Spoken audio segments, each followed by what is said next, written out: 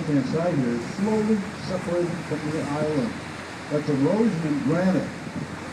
You see a big crevice there, but what happens is freshwater lands up above, sinks into the cracks and crevices in the rock, and when it freezes, expands out of the pond.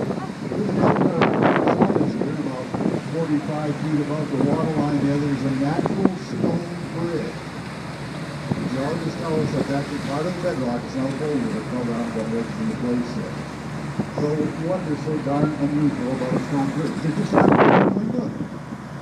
Most of them were wiped out in the ice age by the glaciers. We have a series of glaciers getting south, and that's what gave the shape to these islands we call them porcupines. They look like porcupines because the way ice carving. And here's more of that sedimentary seabed rock right beside you. It's like layer cake here. That used to be underneath the ice. Look at this sea. Another black donut on the left-hand side, so you can get a little fish in its mouth. Take that into the nest.